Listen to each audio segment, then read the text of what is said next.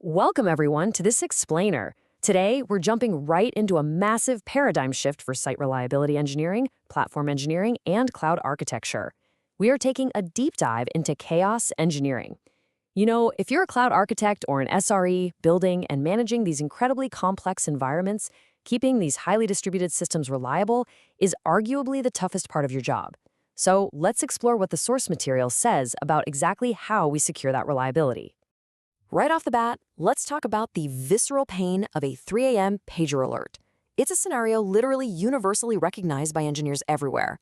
We design these beautiful, mathematically sound, cloud-native architectures that are supposedly built for ultimate resilience. We configure our auto-scaling groups, we deploy across multiple availability zones, and we put all these theoretical safeguards in place. Yet, as this quote highlights so perfectly, a lot of organizations never actually validate that resilience until a massive, unexpected outage basically forces their hand. It's kind of ironic, right? We build for resilience, but we're absolutely terrified to test it.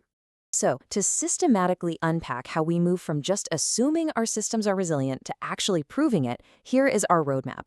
We'll cover the illusion of resilience, define the practice itself, walk through the chaos engineering cycle, talk about executing controlled failures, measure our success, and finally look at implementing this in production. Okay, Section 1, the illusion of resilience, the complexity of modern systems. Let's start by looking at why our systems are so vulnerable to unexpected failures in the first place. The reality is that modern systems are like a giant moving puzzle. We're building environments with intricate microservices, highly dynamic Kubernetes clusters, distributed databases, all these interconnected third-party dependencies, and deeply complex networking layers. But here is the illusion. Because of these tight dependencies, a minor database timeout in some secondary background service can spread like wildfire and bring down your entire customer-facing front end.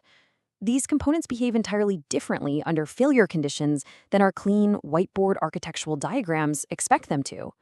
You might assume your distributed database will just seamlessly fail over when a node drops, but honestly, until it's tested under heavy user load, that failover is really just a theory.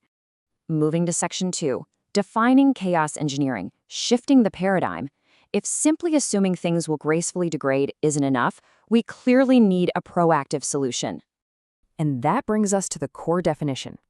Chaos engineering is the discipline of intentionally introducing controlled failures into systems to understand exactly how they behave under stress. Now, I want to emphasize those two words, intentionally and controlled. To a traditional IT mindset, doing this intentionally feels entirely counterintuitive, right? Like, no way, we are breaking things on purpose. But the goal here is to actively identify and patch architectural weaknesses long before they ever impact our end users. We aren't passively waiting for a failure anymore.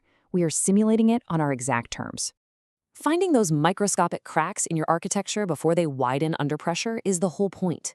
We do this to systematically find hidden weaknesses, improve overall system resilience, and rigorously validate our recovery procedures. By taking this proactive stance, we dramatically increase our operational confidence. When your engineering team already knows exactly how a system behaves when a dependency goes down, you drastically reduce the impact and, honestly, the sheer panic of an actual real-world outage. Section 3. The chaos engineering cycle, a structured approach.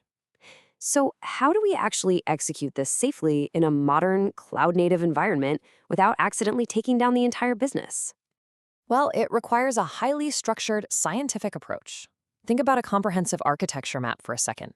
Follow the user traffic flowing down through the ingress or API gateway straight into a microservices-based Kubernetes cluster governed by a service mesh.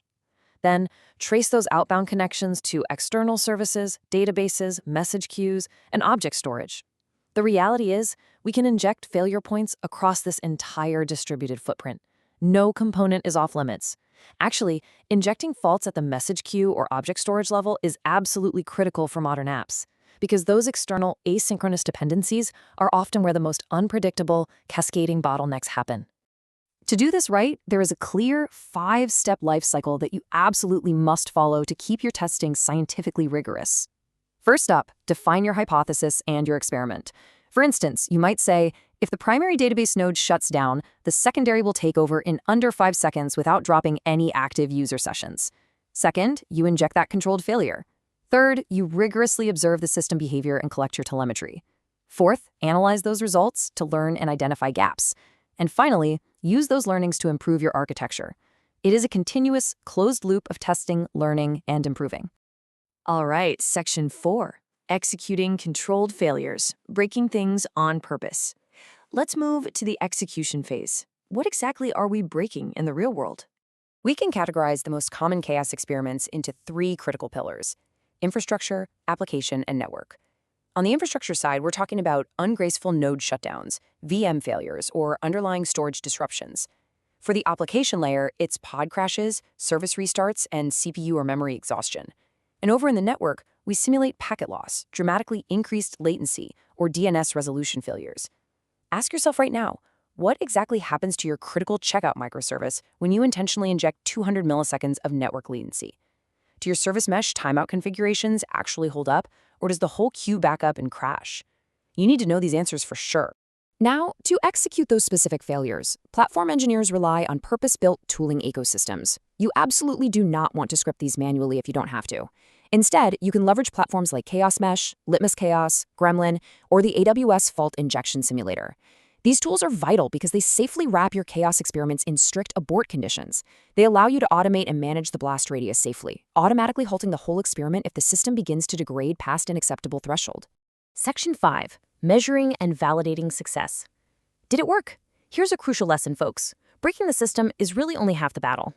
The real value is in how we measure the system's automated response to that break. Did failover mechanisms actually activate? That is literally the million-dollar question you need to ask during every single experiment. We are completely shifting our mindset from simply tearing infrastructure down to actively analyzing our recovery times and proving our automated resilience.